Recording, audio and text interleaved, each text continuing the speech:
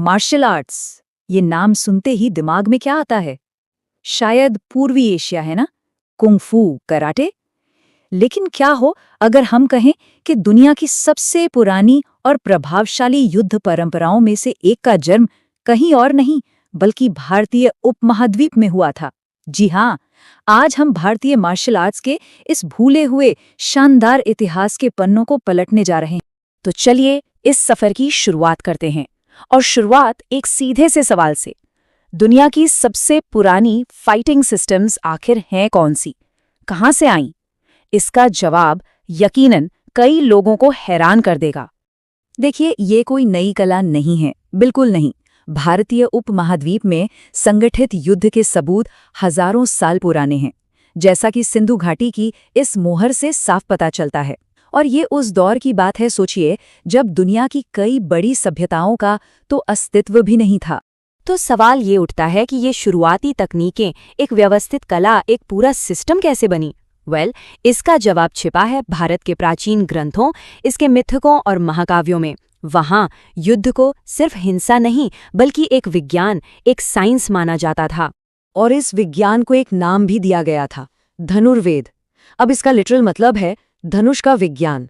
लेकिन वक्त के साथ साथ ये टर्म पूरे भारतीय मार्शल आर्ट सिस्टम के लिए इस्तेमाल होने लगा। और ये कोई मामूली चीज नहीं थी, इसे ज्ञान की एक फॉर्मल ब्रांच, एक उपवेद का दर्जा हासिल। और इसका जिक्र कितना बेहतरीन है। महाभारत का ये कोटेशन देखिए, कितना विविध डिस्क्रिप्शन है। इसमें सिर्फ हथियारों की बात नहीं हो रही, नहीं, इसमें खंजर से शेरों को हराने की बात है। अर्जुन और कर्ण के बीच एक लंबी लड़ाई, जिसमें धनुष, तलवार, पेड़, पत्थर और यहाँ तक कि मुट्ठियों का इस्तेमाल हुआ। मतलब एकदम रॉ, एकदम असली कॉम्बैट की तस्वीर सामने आती है।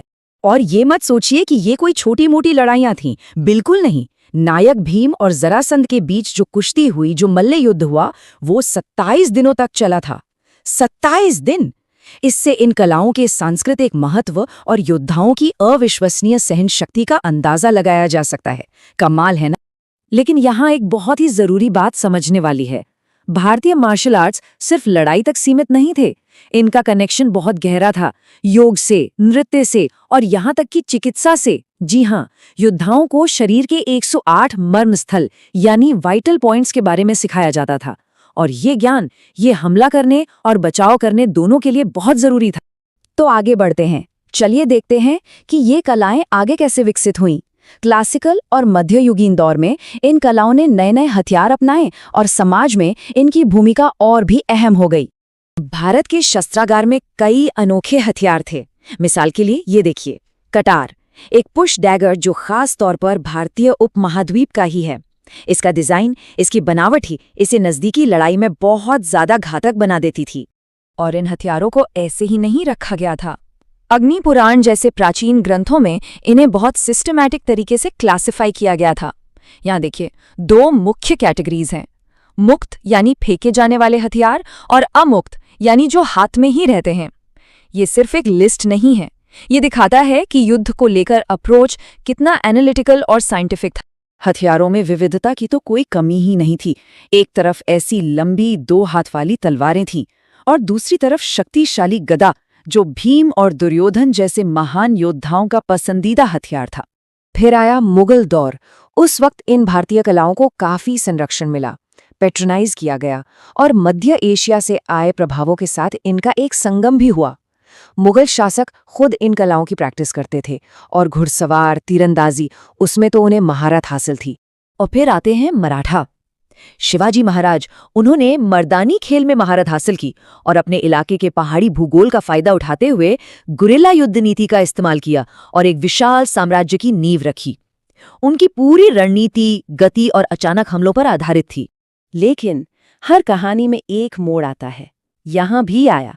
ब्रिटिश औपनिवेशिक शासन के आने से इन प्राचीन कलाओं के अस्तित्व पर ही एक बहुत बड़ा सवाल खड़ा हो गया, क्योंकि ब्रिटिश सरकार इन कलाओं को अपने शासन के लिए एक खतरे के रूप में देखती थी। ये टाइमलाइन देखिए, साफ पता चलता है।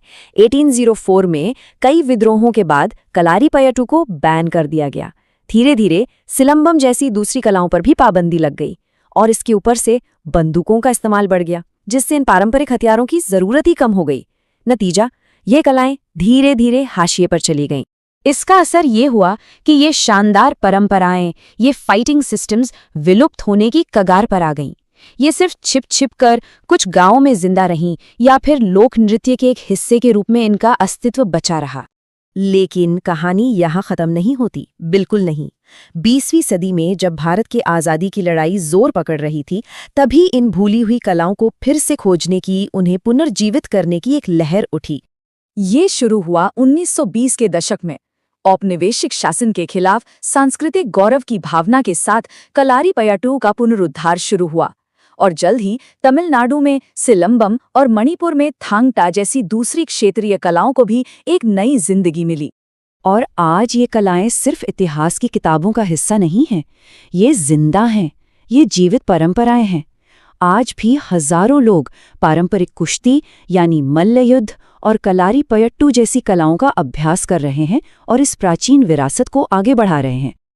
और इनका प्रभाव वो सिर्फ भारत तक ही सीमित नहीं रहा। ये नक्शा देखिए, दक्षिण पूर्व एशिया की कई मशहूर मार्शल आर्ट्स जैसे थाईलैंड की मुए थाई और इंडोनेशिया की सिलाट, इनकी जड़ों में भारतीय युद्ध कलाओं का गहरा असर साफ देखा जा सकता है। तो भारतीय मार्शल आर्ट्स की ये कहानी हमें याद दिलाती है कि इतिहास के पन्नों में कितना कुछ छिपा हुआ है।